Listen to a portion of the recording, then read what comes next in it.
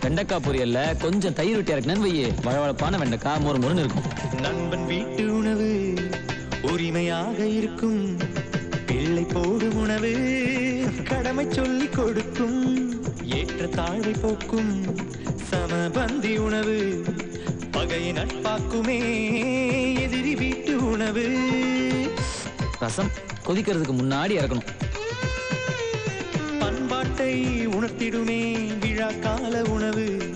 நம்மாயுளையே கூட்டும் அம்மா மண் பானை உணவு. கீரை நிறம் மாறாம இருக்கணும்னா கொஞ்சோண்டு வெள்ளத்தை சேர்த்துக்கணும். கொஞ்சம் தான். ஒவ்வொரு உணவும் தனித்தனி சிறப்பு. சமையலில் வாழ்க்கை தத்துவம் இருக்கு. தீர தீரனா தீர தீரனா தீர தீரனா தீர தீரனா. சரவண சமையல் இது சர்வயோகினி. அறுசுவை தருவாள் அவள் அன்னபூரணி.